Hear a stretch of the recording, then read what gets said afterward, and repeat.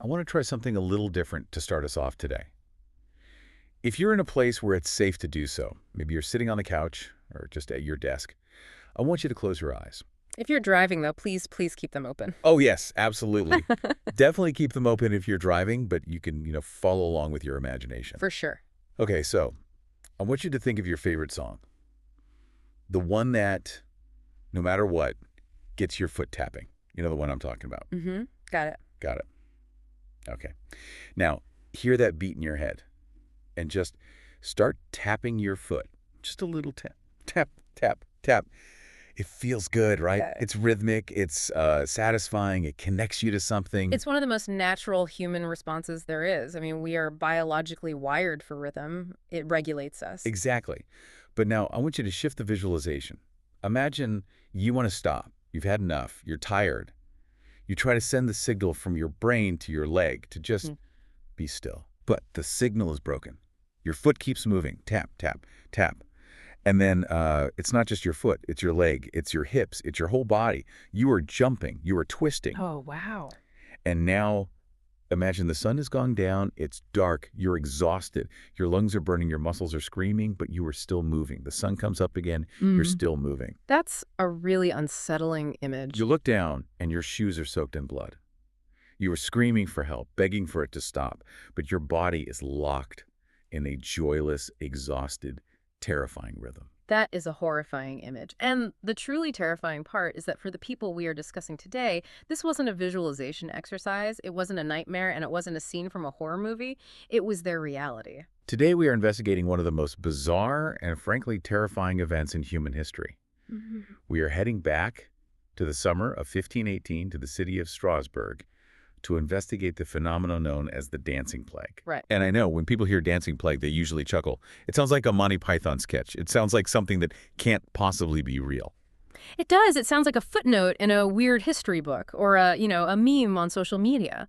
But our mission today is to strip away that layer of comedy and look at the forensic reality of what happened. Exactly. Because when you actually look at the accounts, this was a tragedy. This was a biological and psychological horror story. We are looking at the intersection of extreme stress, religious terror, and the absolute breaking point of the human mind. So let's unpack this. We need to set the scene because context is everything here, isn't it? We can't just drop into the dancing. We have to understand the world that created it. We absolutely have to. We are in Strasbourg today. That's in France, right near the German border. But in 1518, it was a free city of the Holy Roman Empire. Correct. And it's crucial to understand the atmosphere of July 1518. It wasn't a happy time. In fact, if you were trying to design a laboratory experiment to, break the human spirit, you would build Strasbourg in 1518. That's a strong statement.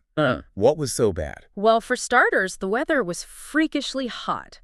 We are talking about a scorching, dry summer that had followed a series of terrible harvests.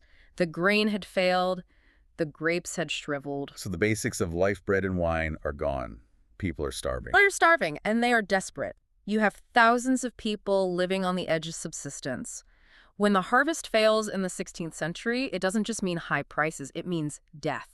It means watching your children grow thin. It's a constant grinding anxiety about survival. Every single day. And on top of the hunger, you have disease. This is right around the time syphilis shows up in Europe, right? Yes, and we need to pause on that because we tend to think of syphilis as just a historical STD that we treat with penicillin now. But in 1518, it was brand new to Europe. They called it the French pox. The French pox. And it was much, much more virulent than the strain we know today. It was terrifying. It caused these horrible pustules from head to toe, flesh literally falling off the face, excruciating bone pain. It was a visible, disfiguring plague that people didn't understand. So you have a population that is hungry, overheated, and surrounded by a new, terrifying disease that eats people alive. And you have political instability. The peasantry was being crushed by taxes and tithes. The church, which was supposed to be their refuge, was demanding money they didn't have. It sounds like a pressure cooker. It's worse than that. It's a spiritual crisis. They feel cursed. They feel that God is angry. They're looking for signs of judgment everywhere. That is the powder keg we are sitting on. And the spark that lights this powder keg is a woman named Frau Troffea. Frau Troffea, patient zero. Let's zoom in on her. It's July 14th, 1518, a week before the festival of St. Mary Magdalene. The heat is shimmering off the cobblestones. The smell of the city and the heat must be just unbearable. Oh, unimaginable. Open sewers, unwashed bodies, animal waste. And Frau Troffea steps out of her half-timbered house into this narrow, claustrophobic street, and she just starts. And it's so important to note there is no music. There's no band playing. There's no celebration. She just begins to move. The sources describe it as awkward, compulsive. She's twisting, jumping, swaying. It's not a graceful ballet. It's not a folk dance. It's a physical compulsion. A seizure almost. Her husband comes out. You can just imagine the scene. He's pleading with her, "What are you doing? Stop it. Come inside." But she can't hear him. Or if she can't respond. She dances all day. Into the night. The sky turns black. She finally collapses from sheer exhaustion. She sleeps for a few hours, maybe. And then as soon as she wakes up, the rhythm takes over again. She stands up and starts dancing. This goes on for days. The accounts vary, but somewhere between 4 and 6 days. 4 to 6 days of nonstop movement. And this is where that visualization we did at the start becomes real. Her feet, she's wearing leather shoes or maybe wooden clogs. After days of nonstop impact on cobblestones, her feet are bruised, swollen, and bleeding. Her shoes are literally soaked in blood. And yet she continues. Now, in a modern context, we would immediately call an ambulance. We'd say, this is a seizure, this is a psychotic break. But in 1518, the crowd that gathers isn't thinking about neurology. No. They are thinking about theology. They're watching a woman battling a curse. And the terrifying thing is, it didn't stop with her. If it had just been Frau Troffea, we might have forgotten about it. But it spread. This is the contagion aspect that turns it from an individual tragedy into a historical phenomenon. Yeah. People watched her. Neighbors, beggars, pilgrims passing through, and something in the spectacle triggered them. So it's visual. It seems to have been. Within a few days, more than 30 people had joined in. They weren't dancing with her like partners. They were succumbing to the same compulsion alongside her. Imagine looking out your window and seeing 30 people, bloody feet, dead eyes, all thrashing around in the street in complete silence, or maybe just the sound of their heavy breathing and feet slapping the stone. It's apocalyptic. It truly is. It defies logic. And this is where the authorities, the Privy Council of Strasbourg, realize they have a crisis on their hands. They can't ignore it. It's disrupting the city. It's terrifying the populace. So they do what any government does. They consult the experts. They bring in the big guns, the clergy and the physicians. The 2 pillars of authority. Now, the clergy has an immediate answer. They suspect demonic possession, or more specifically, a saintly curse. They point to Saint Vitus. Saint Vitus. We need to talk about him because his name comes up constantly. Who was he, and why were they so afraid of him? Saint Vitus was a Sicilian martyr. The legend goes that he was persecuted by the Romans for his faith. They tried to kill him by boiling him in a cauldron of lead and tar. Lead and tar. That sounds horrific. It was intended to be. But the legend says he emerged from the cauldron unscathed. Then they threw him to the lions, but the lions wouldn't eat him. They just licked his feet. Wow. He eventually died, but he became the patron saint of dancers and entertainers. But here's the twist. In the medieval mind, saints weren't just benevolent figures who protected you like a guardian angel. Right. They could be vengeful. Exactly. They were powerful, dangerous entities. If you didn't pay your tithes or if you were sinful, a saint could punish you.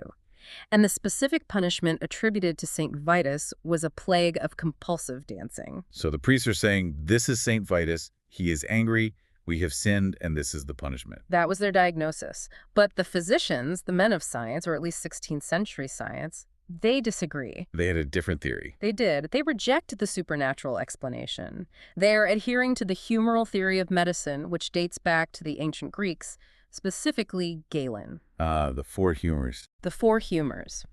They believe the body is governed by 4 fluids: blood, phlegm, yellow bile, and black bile. Health is a balance of these fluids. Disease is an imbalance. So they look at these thrashing, sweating, red-faced dancers, and what do they see? What's their conclusion? They diagnose overheated blood. Overheated blood. Okay. Yeah. So basically they think the dancers are just too hot inside. Essentially, they believe the blood was boiling in their veins, frothing up and striking the brain, causing it to malfunction and the body to jerk uncontrollably. So they have a diagnosis. Now they need a prescription. And this is where it all goes so horribly wrong. This, to me, is one of the most tragic ironies in the history of public health. This is the part that makes you want to scream at the history books. Yeah. Because their solution is, Like cures like. Exactly. Similibus curantur. They decide that if the victims are dancing because of overheated blood, the only way to cool a blood down is to let them dance it out. They need to burn off the fever through movement. So wait, they thought the dancing itself was the body's attempt to heal? Yes. They believed the dancing was a natural purging process, like sweating out a fever. They just needed to help it along. So the prescription for a plague of fatal dancing is more dancing. It sounds insane to us, but to them it was logical. They thought, we need to accelerate the process so they can recover faster. So the council, and this is documented in the city archives, we have the records of the payments, they order the Carpenters and Tanners Guild to clear out their halls. Okay. They build a wooden stage in the horse market and the grain market. They build a stage for the dying people, to put them on display. It gets worse. They hire professional musicians, pipers, drummers, horn players. They pay them to play upbeat, rhythmic music to keep the dancers moving. You're kidding me? They added a soundtrack to the horror. They did. And they even hire healthy dancers, strong men and women, to get on stage and support the afflicted, to keep them upright and moving when they started to falter. Wait, hold on. They looked at people dying of exhaustion and thought, you know what this scene needs? A horn section and some backup dancers. It sounds like a Monty Python sketch, but this is the danger of logical science based on bad premises. They created a macabre rave. You have these people who are dying of exhaustion, their feet are bleeding, and the government has hired a backing band to keep the tempo up. And the consequence was? I mean, it must have been catastrophic. It backfired in the worst possible way. By building a stage and hiring musicians, they turned a localized outbreak into a citywide spectacle. They created a sensory overload. You have the heat, the dust, the frantic drumming, the sight of convulsing bodies on a raised platform. And if this is a psychological contagion, which we suspect it is, they basically built a broadcasting tower for it. Precisely. They maximized the exposure. People came to watch the spectacle because who wouldn't watch a Cree show in the town square? Yep. And they saw the movement, heard the drums, and their own mirror neurons fired up. They were sucked in. They were sucked in. The Imlin Family Chronicle, a contemporary source, records that within a month, 400 people were dancing. 400 people. That's a crowd. That's a mob in the streets of a medieval city. And they were dying. We have reports suggesting a death rate of up to 15 people per day at the height of the crisis. Now, modern historians like John Waller debate the exact numbers, but whether it was 15 or 5, people were collapsing from heart attacks, strokes, and sheer dehydration. The cure was killing them. It's a nightmare. The music meant to save them became the rhythm of their death. So naturally, we look back at this 500 years later and ask, why? How does this happen? The human body is designed to stop when it hurts. Pain is a signal to stop. What overrides that survival instinct? This brings us to the medical detective work. Over the centuries, there have been many theories.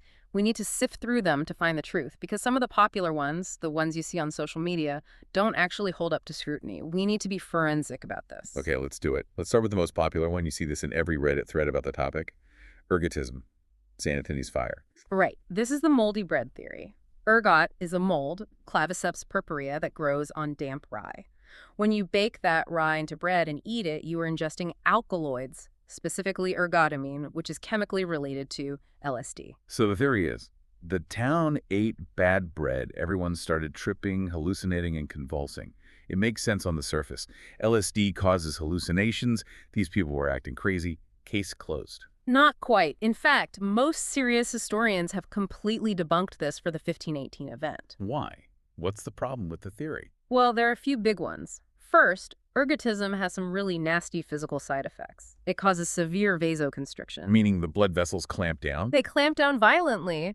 This cuts off blood flow to your extremities. Which leads to gangrene. Exactly. Ergotism victims often lost fingers, toes, even whole limbs. Their limbs would turn black and die. It's incredibly painful. Now ask yourself, can you dance for 6 days straight on gangrenous feet with restricted blood flow? No. You'd be hobbling. You wouldn't be jumping and twisting. You'd be on the ground. Exactly. Ergotism creates a wobbly victim, not a hyper-energetic dancer. You would be writhing on the ground in pain, not performing a marathon. Okay. That's a pretty strong argument against. Is there anything else? Yes. The weather. Ergot thrives in damp, wet conditions. We established at the beginning that the summer of 1518 was brutally hot and dry. The climate conditions were just wrong for the mold to flourish. So strike ergotism from the list. It's physically impossible. What about a brain infection? Yeah. Encephalitis. Or something like chorea. This is another common theory. Encephalitis lethargica, or sleeping sickness, or something called sydenham chorea, which is medically known as St. Vitus dance. Oh, so there is a medical condition called St. Vitus dance. There is, but it's not what you think. Sydenham chorea is a childhood disorder resulting from rheumatic fever. It causes jerky, uncontrolled movements. But again, the movements don't match. No. Chorea causes twitching and jerking, particularly in the face and hands, but it's not rhythmic. It doesn't look like dancing. It's more spastic. And encephalitis usually involves high fevers and comas. These people were upright, exerting massive amounts of energy for days. That is inconsistent with a brain inflammation that usually leaves people bedridden or comatose. So we've ruled out the mold, we've ruled out the virus. That leaves us with a theory that most modern experts have settled on. It's not in their bodies, it's in their minds. Mass psychogenic illness, historically called mass hysteria, though that term carries a lot of baggage and is, a bit problematic. Right, it has some sexist connotations. So mass psychogenic illness is the preferred term. It is, or a conversion disorder. This is a concept that is hard for us to wrap our heads around because we like to think we are rational. We think, I wouldn't dance until I died just because I was stressed. But we have to understand the power of the mind to affect the body. A conversion disorder is when extreme psychological distress, fear, guilt, anxiety is converted into physical symptoms. The mind cannot handle the emotional pain, so it offloads it onto the body. It's a safety valve. And in 1518, the distress was off the charts. You have famine, syphilis, bad harvests, and a deep, permeating fear of hellfire. Exactly. And this is where the historian H.C. Eric Middlefort gives us this brilliant analogy. He says, madnesses of the past appear more like jellyfish that collapse and dry up when they are removed from the ambient seawater. That's a beautiful, if slightly gross image. Let's break that down. What does he mean by the ambient seawater? He means you cannot understand the symptom without the context. You can't take the dancing plague out of 1518 and expect it to make sense. The ambient seawater is the belief system of the time. Ah, okay. These people believed, truly believed, that St. Vitus could curse them with dancing. So when the stress became too much, their minds reached for the only script available, the St. Vitus dance. So if they live today, they might develop migraines or chronic fatigue or panic attacks. But in 1518, the cultural script for extreme stress was the dancing curse. Precisely. The mind says, I'm breaking down, and it looks for a way to express that. It grabs the St. Vitus file from the shelf and executes the program. And then you add the biology of the spread. You add mirror neurons. We have neurons in our brains that fire when we watch someone else perform an action.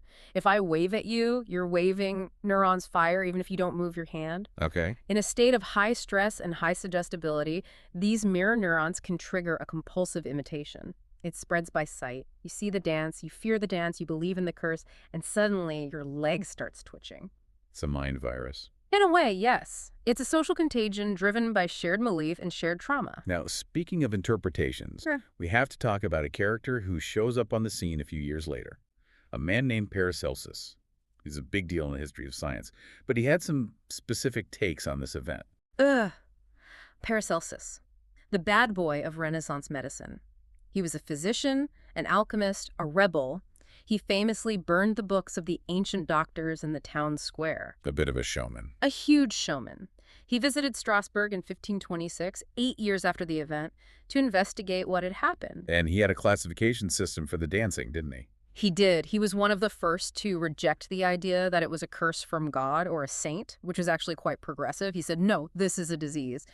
But his classification of the disease reveals a lot about the prejudices of the time. How so? He broke it down into 3 types. First, chorea naturalis. Which means natural dance. Right. He thought this was a physical issue, something about laughing veins, very obscure humoral stuff. Then there was chorea imaginativa. The imaginative dance. This was caused by rage or swearing. He believed a person's imagination could become so corrupted by anger that it manifested as dancing. But then we get to the third one, chorea lasciva. Chorea lasciva. Yay. The lascivious dance. Let me guess who he blamed for that one. You guessed it. Women. Specifically, free, lewd, and impertinent women. Paracelsus decided that Frau Perfea wasn't a victim of a curse or a tragedy. He claimed she started dancing to annoy her husband. Wait, he thought she danced until her feet bled as a prank. to spite her husband. It sounds absurd to us, but Paracelsus had a very specific theory about the imagination. He believed the imagination was a material force. He thought that women, in particular, could project their corrupt imagination out of their bodies. So he thought thoughts could become physical things. Yes, he wrote about how their menstruum, a sort of mystical force connected to menstruation, could generate incisive glances that infected others. Wow. So he basically turned Frau Treffe into a supervillain who could shoot crazy beams out of her eyes because she was a woman? Essentially, he viewed her as a patient zero of deceit. He thought the dance was an act of rebellion by unruly women who lacked fear or respect. It's a classic example of how medical history is often written through a lens of misogyny. He took a woman suffering from extreme trauma and turned her into a manipulative harpy. But despite the sexism, his theory about chorea imaginativa, the idea that the mind causes the illness, was actually surprisingly close to our modern understanding of psychogenic illness, even if his reasoning was flawed. That's the complexity of Paracelsus. He was right that the mind was the cause, but he was wrong about the motive. He couldn't see the suffering, he only saw the sin. We've talked about the medical theories, but we can't ignore the visual world these people lived in. We mentioned earlier that they were following a script. Where did they see that script? If you walk into a church in Europe today, you might see beautiful stained glass. But in 1518, the walls were covered in something much darker. The dance macabre. The dance of death. This is the image of a skeleton death itself leading a chain of people to the grave. Yes. It was an allegory for the universality of death.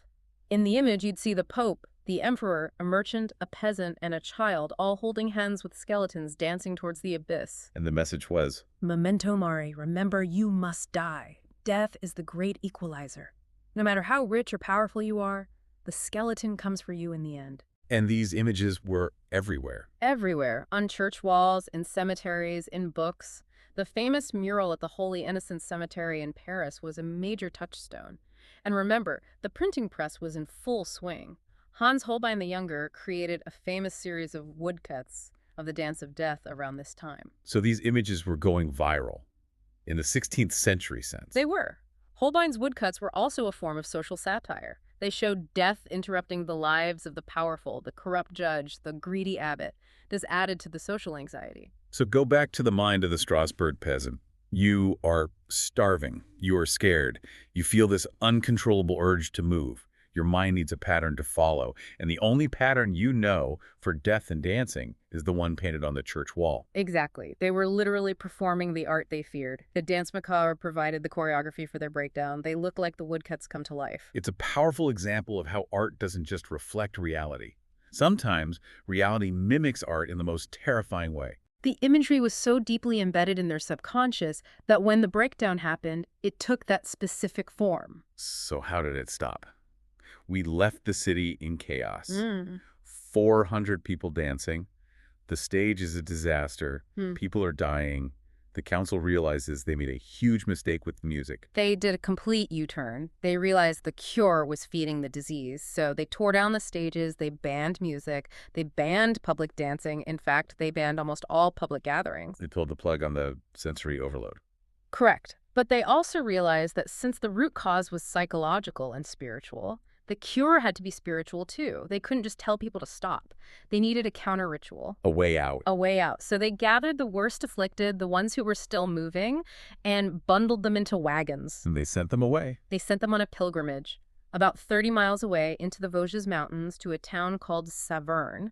There was a shrine there dedicated to St. Vitus. The very saint they believed was cursing them. Precisely. And this is where the genius of the medieval mind comes in. If the problem is a curse from St. Vitus, only St. Vitus can lift it. The doctors failed. The musicians failed. Now it's up to the saint. So they get to the shrine. What happens? Describe the ritual. They are led into the cavernous, incense-filled church. They are placed under a wooden carving of St. Vitus. Priests surround them. They are given small crosses to hold. And then, and this is the detail that always sticks with me, they put red shoes on their feet. Red shoes. Why red? What's the significance? The significance is debated, but it's likely symbolic of the fire of the fever, or perhaps blood, a reference to their suffering. But here is the crucial part. The soles of the shoes were anointed with holy water and consecrated oil. They blessed the shoes. They blessed the shoes, and by putting them on, the priests were giving the dancers a powerful physical signal. You are now under the protection of the saint. The curse is broken. It was a psychological exit ramp. Exactly. It was a placebo, but a spiritually charged one. The dancers believed the shoes and the ritual would cure them. And because the illness was driven by belief, the cure worked. The dancing stopped. The dancing stopped. The epidemic subsided. It's incredible. It shows that while their science was wrong, the overheated blood theory was garbage, their intuition about the human mind was actually quite sharp. They realized they needed to rewrite the narrative in the victim's head. That's the perfect way to put it. They changed the story from, I am cursed and cannot stop, to, I have been forgiven and I can rest. They treated the mind, not the legs. So dancing stops, the summer cools down, the harvest comes in, Strasbourg survives. But the story doesn't really go away. We are still talking about it. We are, and usually we joke about it. Right. We make memes. Me when the beat drops in 1518. We compare it to the movie Footloose. Or Weekend at Bernie's. Exactly. Why do we do that? Why do we find this horrific tragedy funny? I think it's a defense mechanism. Humor in horror? The idea of losing control of your own body is one of the most primal fears we have. To be a passenger in your own skin while it destroys itself, that's terrifying. It is. So we laugh. We trivialize it to manage the anxiety. It's gallows humor. Literally. And we see echoes of this phenomenon in other places. There was the Tanganyika laughter epidemic, right? We should touch on that because it's a perfect modern parallel. It really is. 1962, a mission school in what's now Tanzania. A joke started. A few girls started laughing. Okay. Sounds normal so far. But they couldn't stop. It wasn't happy laughter. It was tear-inducing, hysterical laughter that went on for hours, sometimes days. It spread to the whole school. They actually had to close the school down. And when the kids went home, they took the laughter with them. Exactly. They infected their villages. Thousands of people were affected. And if you look at the context, it was 1962. Tanzania had just gained independence. The students were under immense pressure from the mission school system, which clashed with their traditional values. So another pressure cooker situation. A different kind of pressure cooker. The clash of cultural expectations created an unbearable stress, and just like in Strasbourg, it manifested physically. In Strasbourg, they danced. In Tanganyika, they laughed until they cried. And what about modern rave culture? You see kids dancing for 48 hours straight, dehydrated, in a trance state. Is there a connection there? I think there is, but it's a voluntary version of the same thing. We seek that trance. We seek that dissolution of the self through rhythm. The difference is, at a rave, you can usually stop when you want to. Frau Trofe couldn't. But the impulse to lose yourself in the rhythm to escape reality is the same. It also reminds me of the Hans Christian Andersen story, The Red Shoes. That has to be inspired by this. Oh, almost certainly. A terrifying fairy tale. A girl puts on red shoes and can't stop dancing. She dances through the forest, through the town, until finally, and this is grim, she asks the executioner to chop off her feet. But the shoes keep dancing with the severed feet inside them. Anderson was likely tapping into this deep-seated cultural memory of the dancing mania. The fear of the red shoes never really left the European consciousness. It became a cautionary tale about vanity and control. So as we wrap this up, what is the big takeaway here? We've gone from the heat of the summer to the medical theories, to the art, to the red shoes. What's the lesson?